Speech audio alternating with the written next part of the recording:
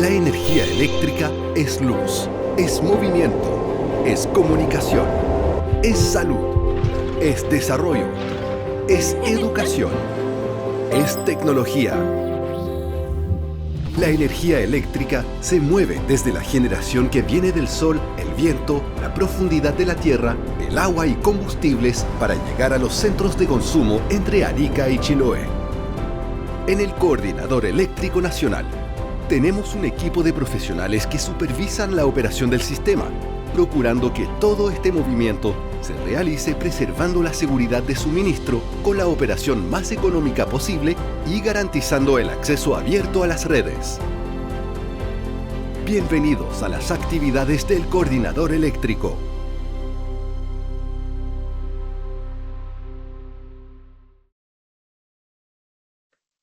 Buenos días, bienvenidos a esta actividad del Coordinador Eléctrico Nacional sobre el taller del hito relevante número 1 para el seguimiento de obras nuevas, donde se abordarán los principales requerimientos y casos prácticos que se han visto en estos años. Para comenzar, quiero darle la bienvenida a Sergio, quien va a dar unas palabras de bienvenida. Hola, hola, muy buenos días a todos, a todas. De manera bien breve, nosotros hace poco, en el mes de octubre, tuvimos una jornada donde mostramos algunos de los procesos, de los principales procesos que desarrollamos en la sugerencia de licitación de obras de transmisión. Y dentro de la presentación de los procesos de revisión que ejecuta el Departamento de Ingeniería y Diseño, habíamos comprometido el desarrollo de este taller, un taller más práctico, un taller para poder dar a conocer a la industria los requisitos y cuál es un poco la mecánica o la metodología con la cual se revisa la ingeniería asociada al hito relevante número 1, ingeniería y estudios propios del diseño de obras nuevas. En esta oportunidad, el equipo de ingeniería, liderado por Cristian Clavería, va a presentar algunos modelos prácticos. Tomamos algunos ejemplos del decreto 257, tratando de ocultar nombres y referencias muy directas, pero toda esa información de todas maneras es pública. Pero vamos a ver algunos ejemplos prácticos aplicados en lo que fue las obras nuevas del decreto 257, que tuvieron revisión de hitos relevantes durante este año. Y todo esto con miras a la presentación que en febrero las empresas de obras nuevas las empresas adjudicatarias de obras nuevas del decreto 58 van a tener que presentar al coordinador. Haremos un barrido práctico, algunos de los criterios asociados a temas que tienen iteraciones recurrentes y también aprovecharemos de dar un barrido a lo que se viene ya para las obras del decreto 13, que son, a diferencia de lo que vamos a ver ahora en febrero, también incorporan todo el cumplimiento de los requerimientos en base a la nueva normativa sísmica. Así que ahí los dejo con el equipo, Cristian y equipo. Avancemos con la presentación. Las preguntas idealmente las pueden ir cargando en el chat, nosotros las vamos a ir revisando y lo que no alcancemos a contestar acá lo podemos contestar de manera offline a través del correo del equipo de ingeniería. Ahí ya se ve en pantalla. Gracias, Sergio. Ya. Bueno, primero que todo, buenos días a toda la audiencia.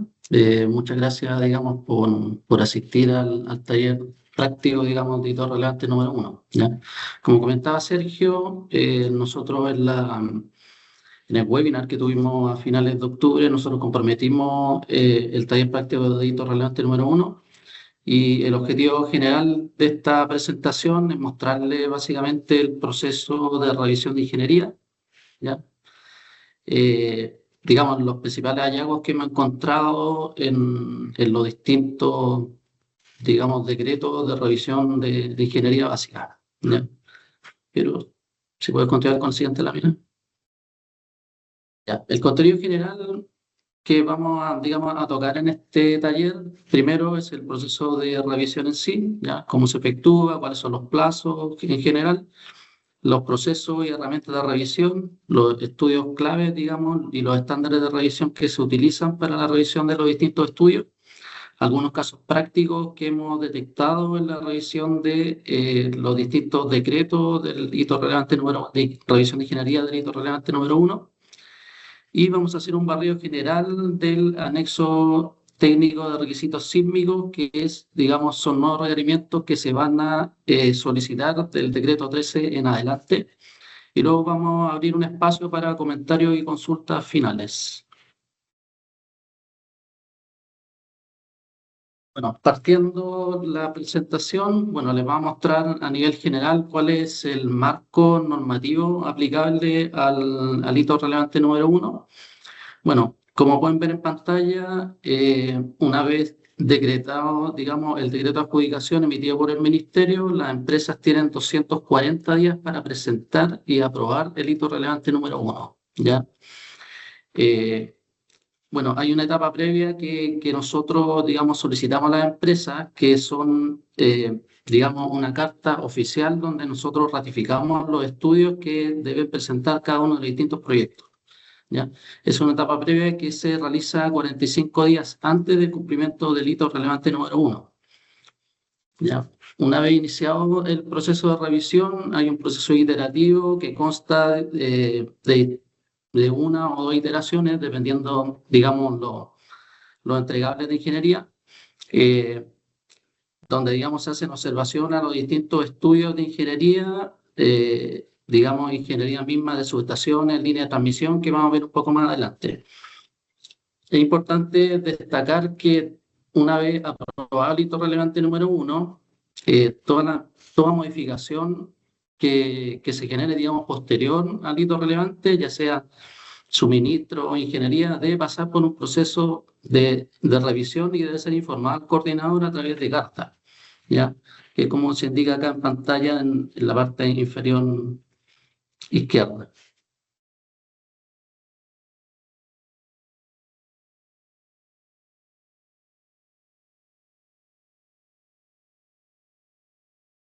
Para el contexto, digamos, de la solicitud de estudios que se requiere para el hito relevante número 1, los estudios se indican en las bases administrativas generales, ya principalmente en el numeral 7.3.2 de las bases, donde se indican los distintos estudios, tanto para subestaciones, líneas de transmisión y los estudios sistémicos para los distintos proyectos. Como se puede ver en pantalla, para subestaciones se requiere, digamos, los diagramas unilineales funcionales, plano de disposición, plano de ubicación en terreno, plano de disposición de sala de servicios generales y hojas de características técnicas, digamos, garantizadas de los distintos equipos que se solicitan como suministro del proyecto, ¿ya? En los últimos hitos relevantes número 1, en las últimas licitaciones, hemos agregado también la arquitectura del sistema de control, ya que es un plano nuevo que estamos requiriendo para la revisión del hito relevante número 1. Por el lado de línea de transmisión, estamos solicitando todo lo que es criterios de diseño, determinación del conductor, ¿ya? En distintos aspectos, térmica, mecánica y, digamos, en el caso de conductores de alta temperatura, también tiene que acogerse la normativa vigente. También hay otros estudios que son la determinación de aislación, el diseño electromecánico también de la línea, el plano de trazado, ya que es súper importante también analizar los planos de silueta de estructura con cargas y el plano, digamos, de franja de seguridad, tanto la memoria como el plano, y la arquitectura de los sistemas de teleprotecciones, ¿ya? Y por el lado de estudios sistémicos se solicitan la capacidad de interruptores, la coordinación de aislamiento, la capacidad de barra, la malla puesta a tierra, los várdenes y saturación de los TC, los desbalances de tensiones también en un informe, y los voltajes transitorios de recuperación, que son los TRB.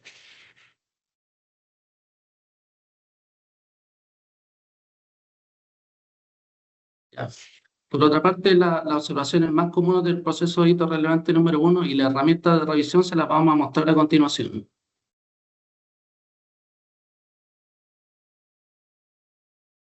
Se puede ver en pantalla, la revisión de ingeniería de hito relevante número 1 es un proceso iterativo, ¿ya? Que parte de la entrega de los antecedentes por parte de las empresas adjudicatarias.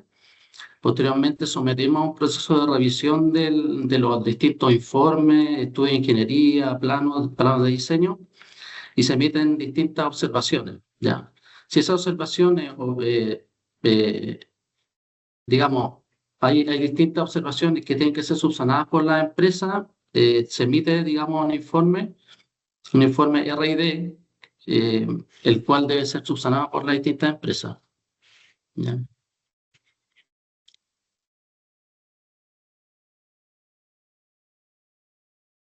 Bueno, algunas de las, digamos, de las observaciones más comunes de forma son la falta de documentación. Ya no se juntan, por ejemplo, informe, memoria y anexos requeridos. Ya algunas referencias de documentos existentes, los informes hacen referencia a anexos y planes de estudio que no fueron incluidos en la entrega. También otro hallazgo, digamos, que hemos detectado en la revisión de delito relevante número 1 es la falta de las bases de simulación, ya como son la MTP, Dixilen, la ATP, la SimGrid. Y otro hallazgo que hemos detectado como falta de información es la inconsistencia en los distintos tipos de información, ya datos diferentes de parámetros en distintos tipos de estudios a nivel general. Ahora les vamos a mostrar algunas estadísticas de las obras presentadas en el hito relevante número 1, principalmente en el decreto exento número 257, que fue el último hito relevante número 1 que se sometió a revisión a través del coordinador. Ya. En este decreto, el decreto número 257, se presentaron 13 obras. Ya. Se presentaron, bueno, como se puede ver en pantalla en el gráfico, nuevas subestaciones seccionadoras, que fueron 5 obras, nuevas líneas de transmisión, también 5 obras nuevas, y nuevas subestaciones, también 3 obras. ¿Ya? Dentro de los hallazgos más relevantes detectados, se sometieron, digamos, los estudios a dos iteraciones. ¿Ya? Las primeras iteraciones consistieron principalmente en, y bueno, como se puede ver en pantalla, las mayores, digamos, observaciones fueron de los estudios de subestaciones, en los estudios de cortocircuito y estudios de malla puesta a tierra, que vamos a ver un poco más adelante los detalles. Y tanto por el lado de estudios de línea de transmisión, la memoria de cálculo electromecánica y los planos de silueta y cuadro de carga. Son los hallazgos más importantes que se detectaron en el decreto exento 257.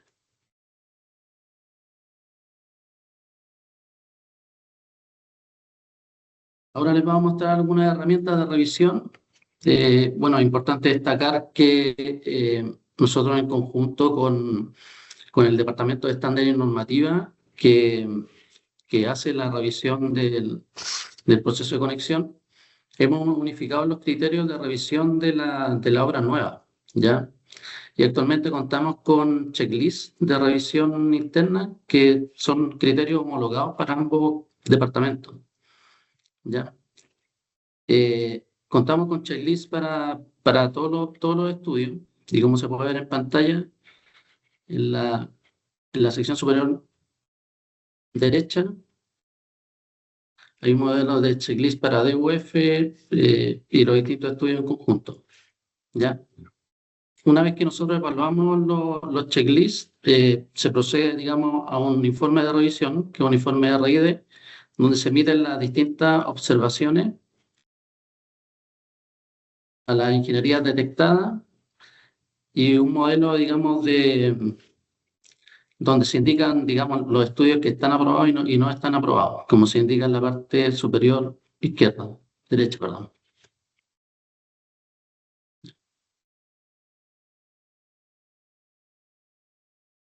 A continuación dejo a Piero para la siguiente presentación de los estudios de subestaciones y estudios de línea de transmisión. Sí, muchas gracias, Cristian. A continuación vamos a presentar un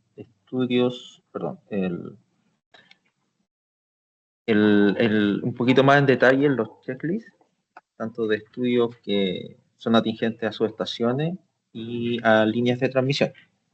El primer estudio que revisaremos es el estudio de cortocircuitos que presentará Alexander.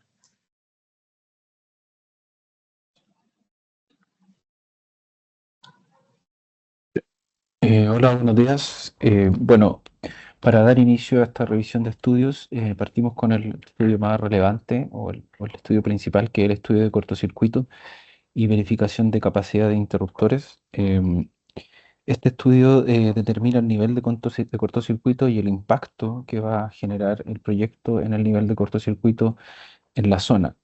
Este estudio es muy relevante porque determina el contexto en capacidades del proyecto y de las instalaciones involucradas, y sobre todo porque sus resultados impactan en el desarrollo de los otros estudios, como por ejemplo en el estudio de malla de tierra, donde es muy relevante los resultados del estudio de cortocircuito, el estudio de saturación, y también en algunos documentos de líneas, como son la memoria cálculo de la tierra de las estructuras y cable de guardia. Este estudio está bien estandarizado y es un estudio común en la industria, y no posee muchas observaciones cuando se presenta en la etapa de hito 1. Sin embargo, las observaciones que presenta son siempre comunes, son siempre las mismas, y generalmente son cuando no viene la base de datos en DeepSilent. Es la observación más recurrente. Con esta base nosotros podemos verificar que los resultados que se encuentran en el estudio son los correctos, y también podemos revisar cómo se modeló este estudio para tener esos resultados. Em, Dentro de las observaciones más comunes, pero no tan reiterativas, también está en que la base de datos no considera proyectos que van a impactar el proyecto de interés de la zona, o proyectos en la zona de interés que están decretados, que van a estar en servicio para cuando el proyecto ingrese. En resumen, es que faltan proyectos por ingresar en la modelación, y esa también es una observación. Lo otro es que algunos de los equipos o instalaciones ingresadas en el modelo de la base no cuentan con antecedentes ingresados, no sé, tipo de conductor o impedancias en transformadores, que también podría afectar en el resultado. Y sin embargo, creería yo que la observación más recurrente, que en sí no tiene directa relación con este estudio, es que en el resto de los estudios no se consideran los resultados del estudio de cortocircuito. Es importante mencionar que este estudio tiene que estar referenciado en los estudios que impacta, como en el de malla tierra, en el de saturación, cable guardia o malla de las estructuras. Este estudio debe estar referenciado en el resto de estudios, y esa observación es bien típica porque muchas veces se separan el desarrollo por empresa o por distintas razones, y no se consideran los mismos estudios de cortocircuito, y debería ser así.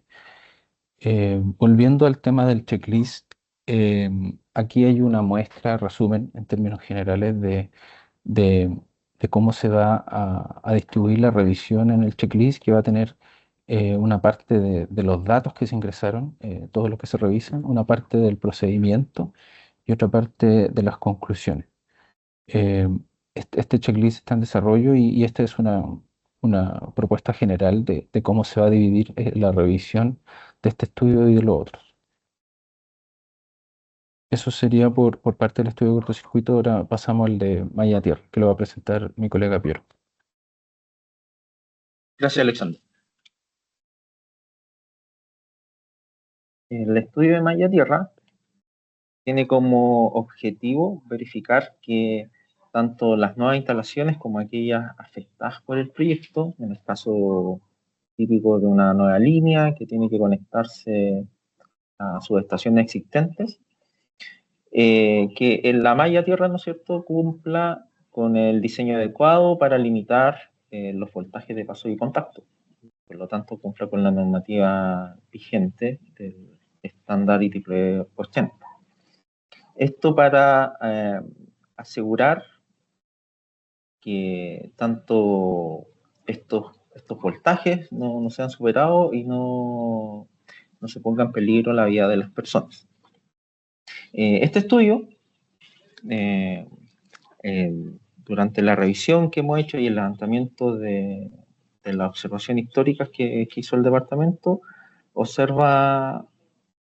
presenta observaciones típicas, entre las cuales destacamos que dentro del informe, para llevarse a cabo, no se adjuntan o no viene presente un informe de resistividad que es necesario para validar el estudio de malla tierra. O bien, los valores de corriente utilizados, como mencionaba Alexander, no son consistentes con el estudio de cortocircuito que recién revisamos. O bien, los estudios indican un valor elevado de resistencia de malla, sin indicar explícitamente las medidas que serán implementadas para reducir esta resistencia. Este es un caso típico de proyectos que se desarrollan en la zona norte del país, donde el terreno es bien complejo para diseñar mallas de puesta a tierra y para dar cumplimiento a la normativa, en particular al RPT número 6, se requieren intervenciones en el terreno para poder rebajar la resistividad de la instalación. Y en el caso particular de las instalaciones GIS, también es típico que el estudio no indique las características, los criterios de validación, de la losa de estos equipos.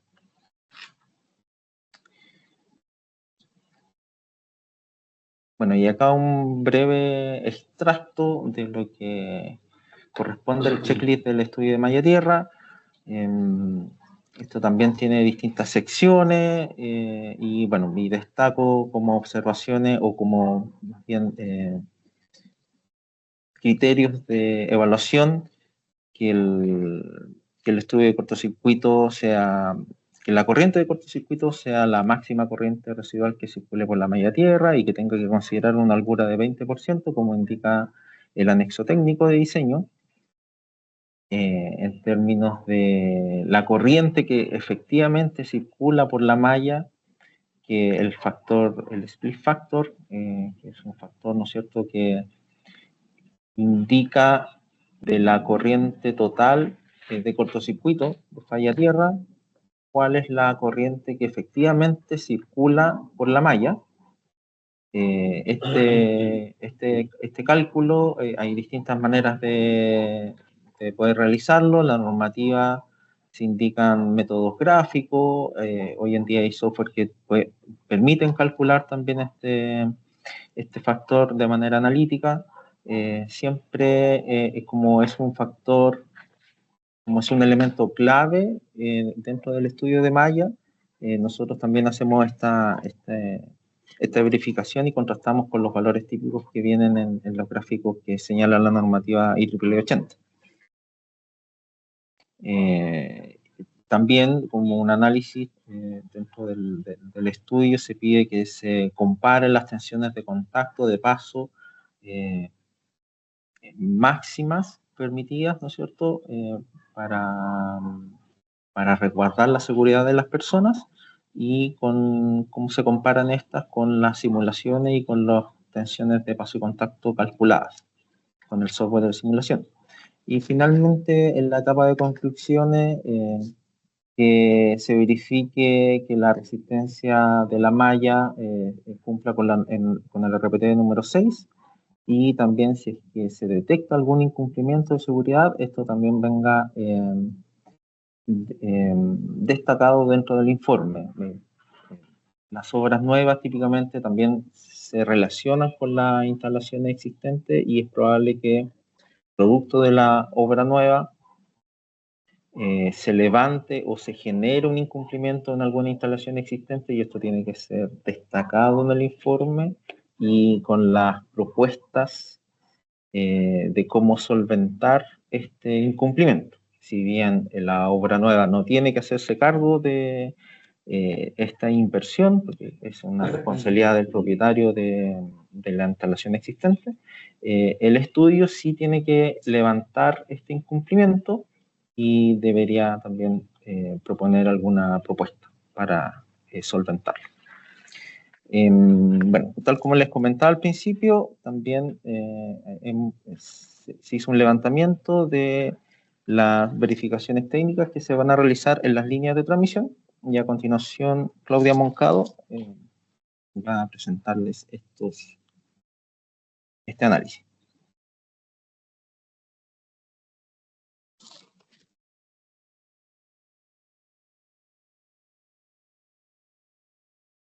Gracias, Piero. Bueno, buenos días. Yo ahora voy a hablar un poco sobre los estudios asociados a las líneas de transmisión. En particular, vamos a ver un poco, asociándonos nuevamente con lo que es las bases administrativas generales. Tenemos las memorias de cálculo del conductor, la memoria de cable de guardia, de aislación, la memoria electromecánica de estructura, franja de seguridad y de malla puesta a tierra de estructuras. ¿Ya? Estos documentos, si hablamos de los estudios, el documento con mayor observaciones vendría a ser el de la memoria de electromecánica de estructuras, mientras que los otros documentos de diseño que se solicitan en el hito 1, que tienen la mayor cantidad de observaciones, son el plano de siluetas de estructura, junto con el cuadro de carga.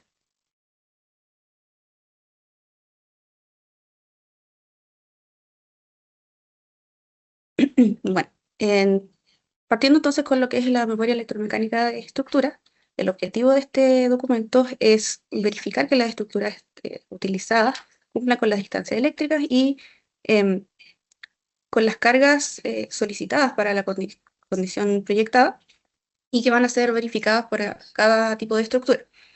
Las observaciones típicas, en este caso, son principalmente las inconsistencias que hay entre solicitaciones de viento entre estructuras. Muchas veces nos ha tocado ver estructuras en donde hay se describen unas condiciones para la misma, el mismo proyecto y que difiere con las solicitaciones que se presentan en los otros documentos asociados a las otras estructuras. Dentro de esto, las mismas combinaciones de carga, muchas veces también no se incluyen las combinaciones de carga indicadas explícitamente en el RPTD número 11. Ya, esto es importante, varias veces hemos tenido nuevas iteraciones en base a esto, ya que a pesar de que se definan condiciones que son más estrictas de los que se indica en la norma es lo que nos dice básicamente que tenemos que, de todas maneras, realizar estos análisis. ¿Ya? Otro de los puntos que también se ha observado es que no se realiza los análisis frente a los fenómenos de galloping y el slip jump. Bueno, esto también está asociado a la zona en la cual está ubicada la obra, pero estas cosas nuevamente se repiten en algunos documentos, ¿ya? Es por esto que también nosotros damos una propuesta de estructura, donde primero vamos a pedir lo que es los datos del estudio, en segundo lugar el cálculo de distancias eléctricas de estructuras, y luego la verificación mecánica y las conclusiones. ¿Por qué damos esta estructura? Porque muchas veces tenemos distintos documentos donde se habla de la memoria electromecánica y se hace referencia a un documento externo, normalmente denominado criterios de diseño de la línea, ¿ya? Estas cosas solamente es una propuesta para realizar más fácil la revisión, pero los documentos en teoría deberían tener todos los mismos datos, ¿ya? Y siempre guiándonos por lo que dice el pliego normativo número 11, el RPT número 11. Bueno, como lo había mencionado mis compañeros anteriormente, nuevamente estamos trabajando con lo que es el checklist. En este caso, la memoria de electromecánica de estructura. Vamos a nuevamente hablar sobre las solicitaciones de la estructura, que es lo que más se repite. Entonces, esto es algo que también se va a estar revisando dentro de los documentos que nos vayan a llegar, junto también con los datos del estudio, el cálculo de las distancias eléctricas para todas las estructuras y la verificación mecánica.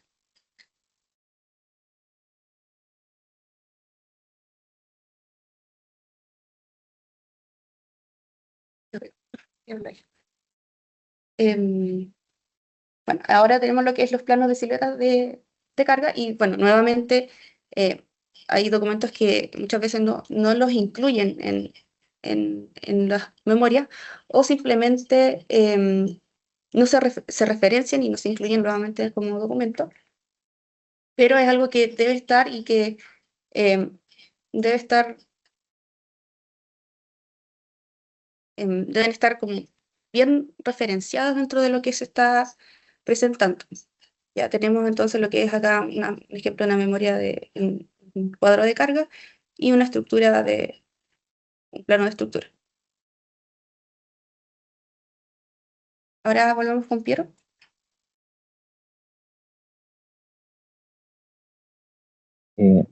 Muchas gracias, Claudia. A continuación, vamos a presentarle algunos casos prácticos. Son ejemplos reales de, como mencionaba Sergio, de estudios que hemos revisado y observaciones que se han levantado y que se han iterado con algunos proponentes. El primer caso habla sobre una subestación GIS, en donde se levantaron observaciones del estudio de malla tierra. Como se observa en la imagen, de una simulación de las tensiones de contacto en el área donde se va a emplazar los módulos GIS, se aprecian incumplimientos demarcados en el color en el color rojo. El adjudicatario hizo el siguiente análisis. Ellos indican que en el sector donde se emplaza la GIS, el hormigón húmedo no es suficiente para cumplir los requerimientos de seguridad en cuanto a las tensiones de contacto. Y esto fue lo que presentó en el estudio.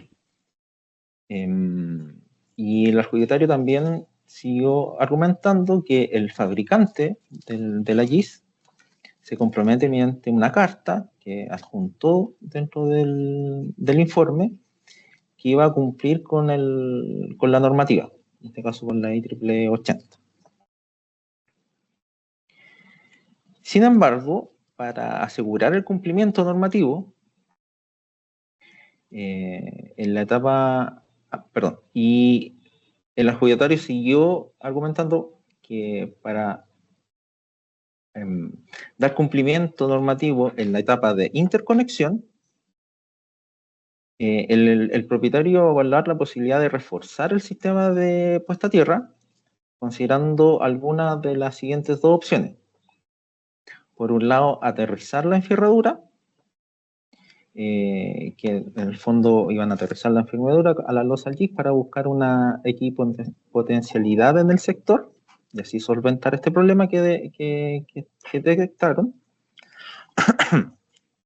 O bien construir una malla superficial que esta construcción en el sector de la GIS conectada con la malla base permitía garantizar la seguridad del personal que transite por el sector. Y este es todo el análisis que realizó el adjudicatario y que presentó en la primera etapa del estudio. El coordinador, por su parte, observó lo siguiente.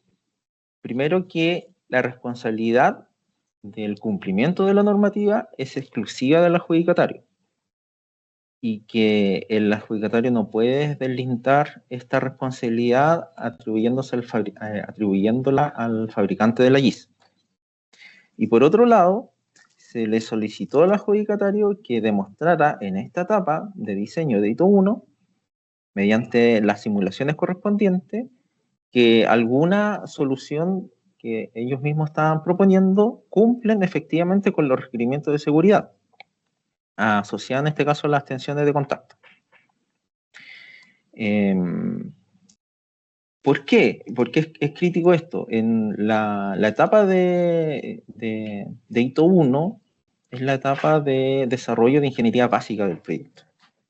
Y en esta etapa, como coordinador, nosotros se debe demostrar que se cumplen efectivamente la normativa para esta etapa del proyecto. Si bien el proyecto en el futuro puede modificarse y a lo mejor encontrar alguna otra solución que de igual manera cumpla con la normativa, pero que modifique de alguna manera la solución propuesta inicialmente, en esta etapa es crítico la demostración de que el proyecto cumple con la normativa. El siguiente caso trata de la limitación de capacidad, en este caso nominal, de corriente en instalaciones existentes. Como presentamos en el evento anterior, el coordinador hoy revisa esta limitación a través de la revisión de plano y las especificaciones técnicas del equipo. Y en ocasiones se detecta que o bien seccionadores o cualquier elemento serie, un transformador de corriente, tiene una capacidad nominal inferior que las instalaciones existentes, creando, por tanto, un cuello de botella en la instalación y limitando la transferencia total. El ejemplo típico es un TC de medida. En este esquema unilineal de un transformador de una subestación interruptor y medio, al estar en serie, ¿no es cierto?, con la línea, este transformador podría eventualmente limitar la capacidad de la línea. La normativa hoy exige, en el anexo técnico de exigencias mínimas, que ningún equipo primario que forme parte de una instalación de transmisión puede limitar la capacidad de una instalación existente. Y esto lo indica, ¿no es cierto?, expresamente, diciendo que no podrá limitar la capacidad de esta, es decir, la corriente nominal del equipo debe ser superior o igual a la capacidad de la instalación más la sobrecarga admisible. Como le indicaba, hoy el coordinador revisa esto a través de la revisión de plano y de las especificaciones técnicas de los equipos, pero no hay un entregable directo que verifique esto. Y es por eso que se propone para las nuevas revisiones de ITO 1, que vamos a recibir a partir de febrero del próximo año, una memoria de cálculo de límite de transferencia. Y esta memoria de cálculo debe demostrar explícitamente que el proyecto no crea estas limitaciones. Esta memoria de cálculo, su objetivo entonces es verificar que se compare la capacidad térmica de la línea con la capacidad nominal de todos los equipos serie. Aquí hay un ejemplo de una nueva subestación seccionadora que interviene en una instalación existente, en este caso una línea, y por tanto, este estudio lo que va a permitir es justamente verificar que la nueva instalación no limite tanto la línea de transmisión como la capacidad de la instalación intervenida, que en este caso es la línea de transmisión. ¿Cómo pretendemos nosotros que se verifique esto? A través de esta estructura propuesta de esta nueva memoria de cálculo, donde se presenten obviamente los datos del estudio como contexto, los datos de la línea existente, que consisten en las capacidades térmicas de los tramos de la línea a intervenir para distintas condiciones ambientales, 15, 25, 35 grados Celsius de temperatura ambiente, con y sin sol. Además de los equipos existentes, los extremos de la línea, o sea, la capacidad térmica de los equipos serie, los TC, las trampas de onda, desconectadores e interruptores. Y finalmente se haga un análisis que compare todos estos datos con la información de los equipos que se está proponiendo para la nueva obra. A continuación, el siguiente caso lo presentará Alexander Quintero.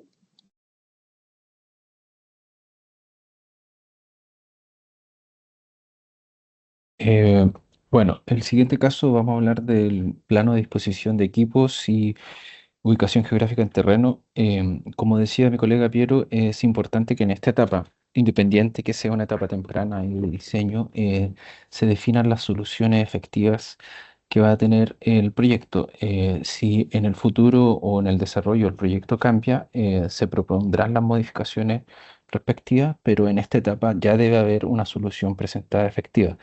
Ese concepto ocurre mucho en el caso de los planos de ubicación y de disposición de equipo.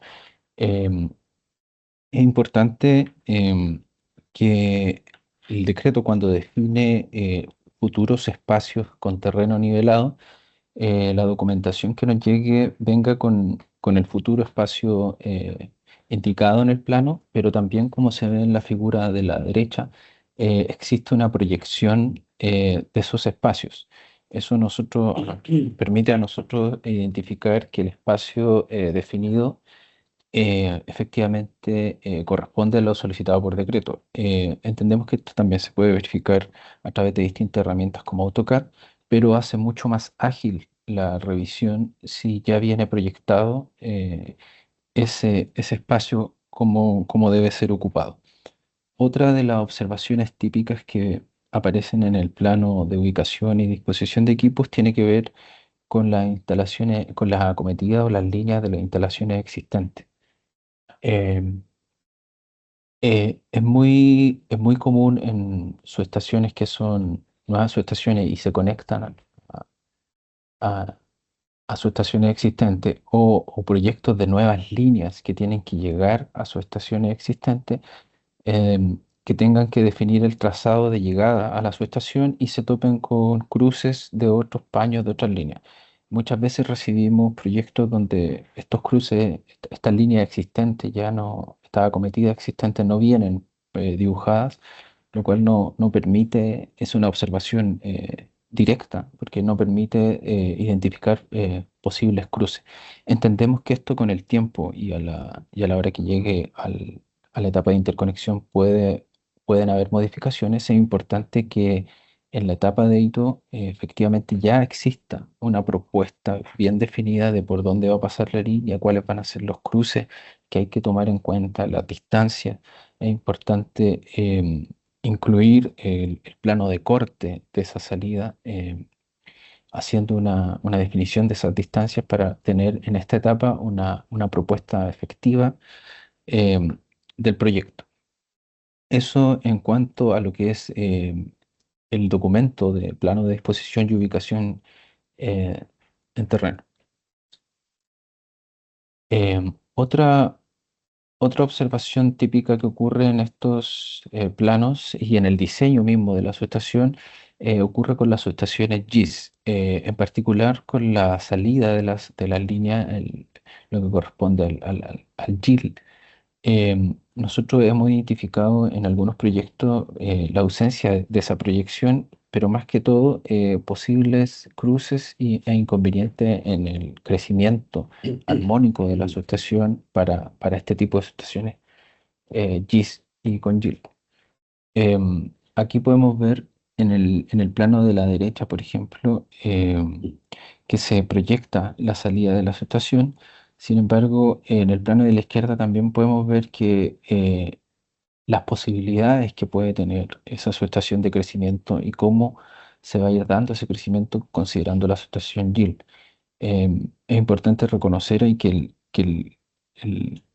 lo que gana la subestación yield en reducción de espacio en los paños también tiene que considerar un análisis en la salida de estos paños en los espacios.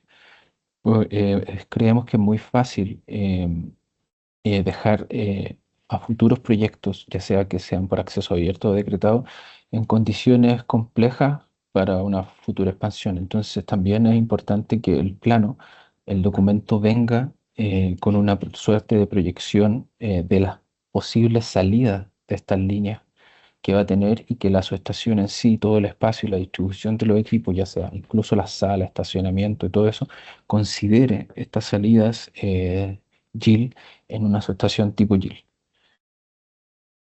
Eso respecto a este tema de los planos de disposición y ubicación.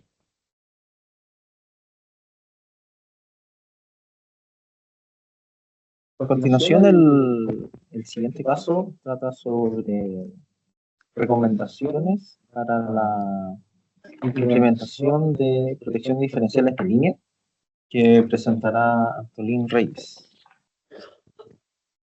Gracias, Piero. Buenos días a todos.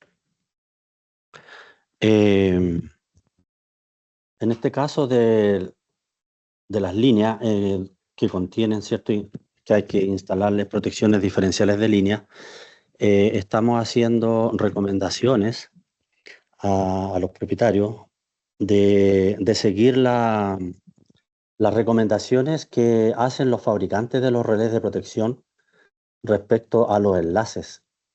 Entonces, en esta lámina vemos un caso particular de uno de los fabricantes de los relés, en que para distancias iguales o menores a 100 kilómetros, recomienda que los enlaces entre los relés sea de manera directa, a través de 2 filamentos de fibra óptica. ¿Okay? Y que lo ideal es que no se inserten equipos de comunicaciones de por medio. La próxima. Entonces, como segunda opción, este fabricante de relé, y que es lo que nosotros estamos haciendo hincapié y recomendando también, es que si en este caso para este fabricante, con un límite de 170 kilómetros, o sea, si la línea tiene 170 kilómetros o menos, ya que se use un repetidor exclusivo para este enlace y que es del mismo fabricante. Entonces, no insertar equipos de comunicaciones para esta distancia, como ejemplo. Y lo tercero ya más recomendado, que es el caso en que ya se superan, ¿cierto?, los 170 kilómetros. Entonces ya ahí inevitablemente tenemos que utilizar multiplexores y para poder comunicar estos relés. Pero esto es lo que nosotros nos estamos fijando en el hito número 1, de que se sigan las recomendaciones de los fabricantes de los relés. Estas son recomendaciones ya que no se han incorporado todavía en la norma técnica, en el anexo técnico. Eso sería por mi parte.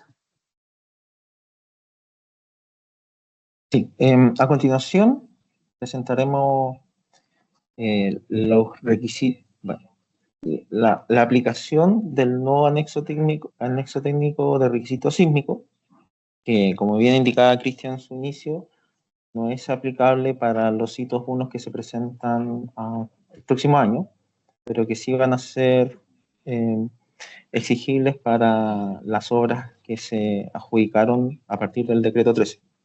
Y presentará Jorge Villegas a continuación. Buenos días.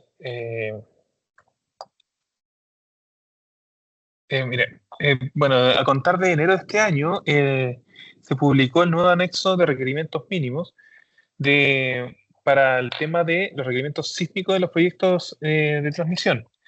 Y se tuvieron que hacer una serie de modificaciones en las bases administrativas generales, que son las que se presentan acá, que son entre esas, incorporar al marco normativo, indicar que la oferta debe cumplir con este nuevo anexo sísmico. Además, se incluirá un nuevo informe, que nos hemos denominado como informe de criterio de diseño sísmico, y además este informe será la base, o el que definirá todos los criterios para el cumplimiento del hito relevante número 3, que tiene que ver con la verificación de los equipos, ¿ya?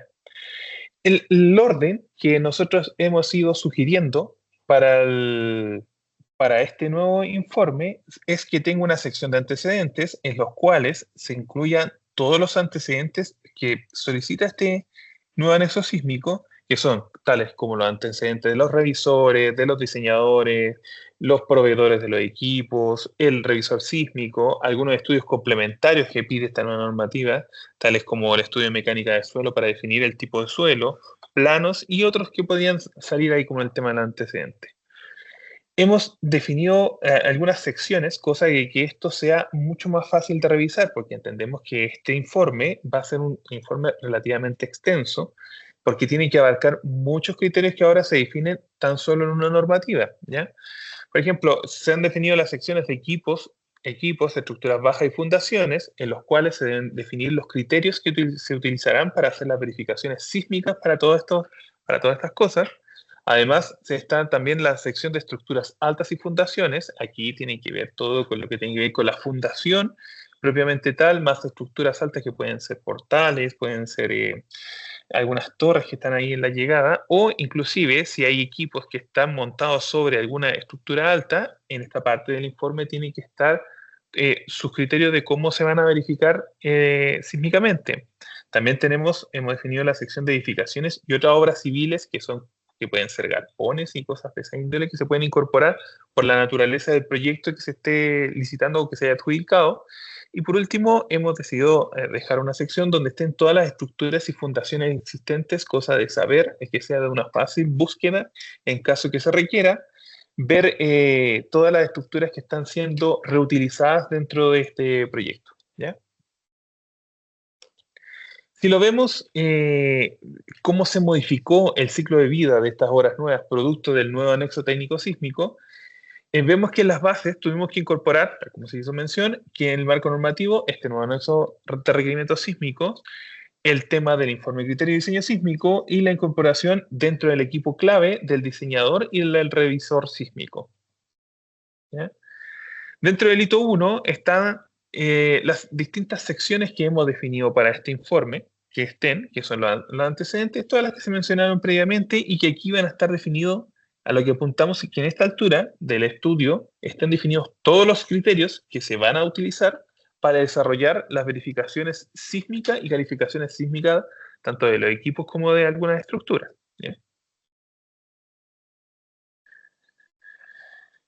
Y si lo vemos de forma acotada, acá se presentan algunos análisis que se van a pedir, por ejemplo, en el hito 3, que pueden ser los análisis dinámicos, estáticos y de mesa vibratoria para los equipos que están dentro de este proyecto. En sí, lo que buscamos dentro de este hito 3, que en base a los criterios que se definieron en el hito número 1, nos entregue las memorias de cálculo, los resultados de estas memorias, de los análisis y ensayos, ¿ya? Y por último, cuando a la entrada de la operación, el otro informe que se ha visto que se te va a tener que incorporar para todos aquellos proyectos de obras nuevas que fueron adjudicados previos a la entrada del anexo técnico sísmico, es el estudio de estado de situación, el cual se encuentra definido en esta nueva normativa, qué cosa es lo que debe contener este informe como tal, ¿ya? Así, con todas estas cosas que están acá, nosotros presentamos todas las modificaciones que se vieron necesarias para poder incorporar esta nueva normativa al proceso de obras nuevas, ¿ya? Y algunas palabras al cierre de esta presentación ya. Aquí estamos viendo todo el proceso que tiene un proyecto que se ha sido adjudicado. Tenemos desde la adjudicación hasta la entrada a operación, ¿ya? Queremos hacer mención que todo lo que nosotros hemos estado presentando acá, tanto mis compañeros como yo, son pilares fundamentales los cuales van a ser evaluados en alguna otra etapa de los proyectos, tales como en entrada a operación. Hay muchos de estos estudios que se requieren que se entreguen nuevamente, ¿ya? Para que lo tengan muy claro esto. ¿Y qué es lo que hemos querido hacer con esta presentación? Presentarle a ustedes todas las cosas que hemos ido detectando, que son fallos que pueden generar algunas incertidumbres porque se pueden generar iteraciones que podrían no estarse generando si es que se detectan en una etapa previa. Eso es lo que hemos querido hacer hoy día con esta presentación que hemos desarrollado nosotros como equipo. Y ya con esto damos cierre a la jornada y esperamos las preguntas.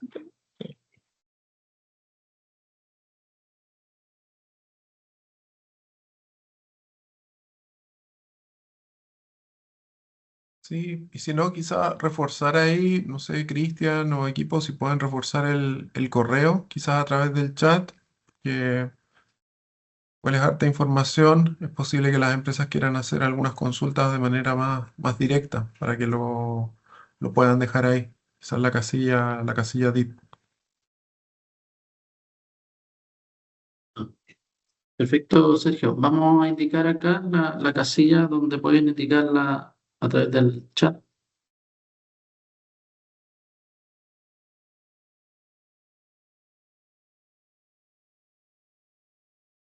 Cualquier duda o consulta nos pueden canalizar a través de la casilla rcn@coordinador.cl, ya donde pueden dirigir las consultas y nosotros se las estaremos respondiendo a la brevedad. Bien, ahí queda súper claro. Ya llevamos un poquito más de una hora. Hemos barrido varios ejemplos prácticos. Importante destacar que los informes finales de cumplimiento y tanto los informes como las cartas de cumplimiento para hito 1 y para los otros hitos que vamos supervisando como coordinador están disponibles de manera pública en el sitio, en la plataforma de seguimiento de obras. Vamos a dejar acá también, para que lo tengan a mano, el enlace a la plataforma de seguimiento. Yo voy a ver si... Segundo. Vamos a dejar copiado el enlace.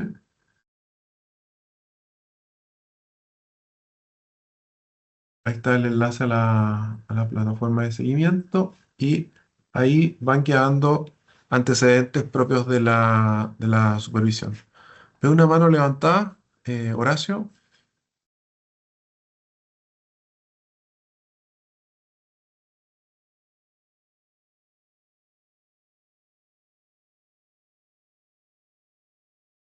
Gracias, perfecto. Estaba esperando la activación. Muy buenos días y muchas Sí. gracias por la información.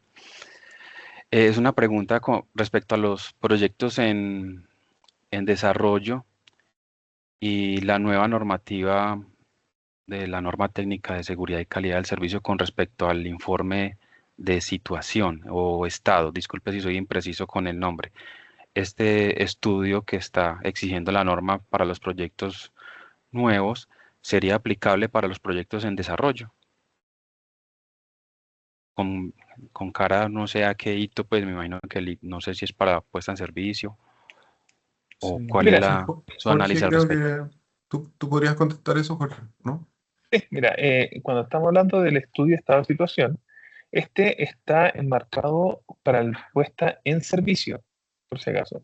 En este hito es donde se va a exigir ese estudio. Cabe hacer mención que dentro de esta misma normativa indica los plazos que se tienen de acuerdo al nivel de tensión, los plazos que están asociados para poder entregar este estudio. Perfecto. Entonces entendería que se aplicaría para los proyectos adjudicados y en desarrollo antes de la emisión de la norma. ¿Es correcto? Sí, efectivamente. Perfecto, gracias. Disculpe, estaba en mute. Indicaba que vamos a compartir la presentación y que también esto va a quedar disponible en el canal de YouTube en caso de que lo quieran consultar. Tenemos ahí a Julio. ¿También quiere Buenos plantear días un a punto? todos. Buen día. Me comunico de aquí de ISA y quería preguntarle lo siguiente. Yo planteé en el chat si ustedes tienen unos tiempos definidos para la respuesta a cada uno de esos documentos que reciben como parte de soporte de la ingeniería y cuál sería. Nosotros, Julio, a nivel de bases de licitación se detallan un poco los timings que tienen que tener las empresas para entregar los antecedentes. Esos tiempos van cambiando en cada proceso. Tenemos bases donde esto estaba en el orden de los 45, bases más antiguas en el orden de los 60 días antes de la fecha de cumplimiento del hito. Ese es el lapso de tiempo durante el cual el equipo de ingeniería, porque en los hitos 1, los hitos de ingeniería, en los hitos de diseño de obra, los revisamos in-house, no lo hacemos a través de apoyo de empresas de auditoría. En ese intertanto de tiempo, el equipo de ingeniería va revisando la información y se van generando algunas iteraciones o requerimientos de información adicional que siempre apuntan a tratar de cumplir con la aprobación del hito dentro del plazo o antes de la fecha de vencimiento. En algunos casos nos ha pasado que estas iteraciones avanzan un poco más y nos hemos ido pasando un poco de esa fecha, pero de todas maneras el pronunciamiento final del coordinador, a través de la carta que emitimos al ministerio, siempre se hace retroactiva para que sea concordante con la fecha de cumplimiento del hito. Eso en términos generales. Ahí no sé si Cristian o Piero tienen algún timing más o menos más intermedio, pero para tranquilidad tuya, siempre nosotros velamos porque estas iteraciones estén dentro del plazo final que marca el hito relevante, la fecha decretada, y en caso de que esas iteraciones se pasen, nosotros hacemos un pronunciamiento retroactivo. Alex, Hola, buenas sí. tardes. Buenas Muchas tardes. gracias por la presentación. muy buena. Una consulta respecto a todos los problemas que han expuesto en los estudios eléctricos. No sé si han pensado en realizar una carta de escenario como se hace, digamos, para la parte PGP, pero esta es una carta de escenarios para para el hito número 1, digamos, para evitar ciertas iteraciones y que no tengamos todo diferentes interpretaciones de los proyectos que estarían incluidos en la base de datos de Excel. Cristian, no sé si tenemos considerado una figura como esa, Sí. o a lo mejor, más que una Mira, pregunta, una idea para poder evaluar, para que podamos replicar un poco lo que se hace quizás en el proceso de PGP. Yo entiendo que nosotros emitimos algunas cartas asociadas a cuáles son los requisitos y los listados de estudio que estarían involucrados en el proceso de ITO. no, digamos, es una alternativa que estamos evaluando con el Departamento de Estándares y Normativas que revisa, digamos, los estudios en la etapa de interconexión, ¿ya? Pero, como les indicaba, al igual que la iniciativa que les presentamos, digamos, de los checklists que están homologados, lo hemos homologado, digamos, en conjunto con ellos, para hacer, digamos, más ágil la revisión, es algo que estamos evaluando, eventualmente, digamos, considerar, ¿ya? Pero cualquier, digamos, cambio, digamos, al respecto se lo vamos a informar oportunamente a las empresas. Ya. Ya, o sea, es un tema que lo estamos chequeando y en caso del ajuste se los vamos a comunicar oportunamente. Me parece que Carlos también tiene un punto. Un segundo, deja habilitarle. Acá está. ¿Carlos? Hola, buenos días, ¿me escuchan? Sí, te escuchamos. Sí, muchas gracias por la presentación. Yo tenía una duda. Yo entiendo que esto está basado mucho como en proyectos, digamos, de manera convencional, ¿cierto? Pero nosotros actualmente adelantamos pues proyectos con triple SC, ¿cierto? Con los FACTS.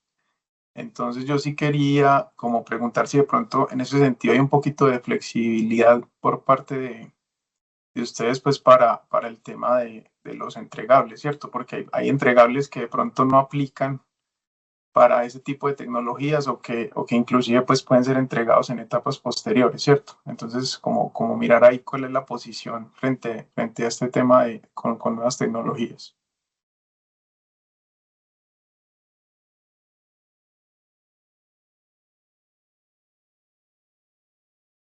Carlos, mira, con respecto al tema de los fax, en particular, a nosotros cuando lo revisamos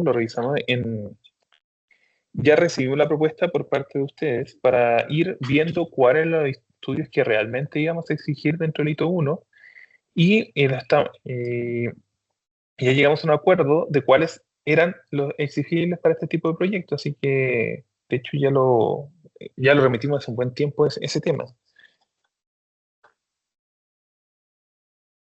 Ok, sino que de pronto puede haber de pronto, como les digo, algunos documentos que de pronto sí, cuando realicen la revisión, pues miremoslo ahí con flexibilidad, ¿cierto? Por el tema de la tecnología. Sí, sí, lo entendemos que es una tecnología distinta y que es un tipo de proyecto distinto a lo regular, a las horas de transmisión y subestaciones que vemos en la mayormente de nuestro proceso de licitación, así que entendemos que es un proyecto que tiene sus particularidades. Ok, listo. Muchas gracias. Sí, y en general, Carlos, el proceso que les comentábamos hace unos minutos, este proceso de revisión que a veces empieza a ser un tanto iterativo con las empresas para poder lograr los complementos a veces de información, también brinda espacio para poder revisar y analizar de manera justificada y bien respaldado técnicamente eventuales flexibilidades. Así que esa ventana siempre está disponible. Sobre todo en el caso de los FACTS, que son tecnologías que a veces difieren o varían técnicamente entre fabricantes o también desde el punto de vista de las aplicaciones que uno realiza con ellas.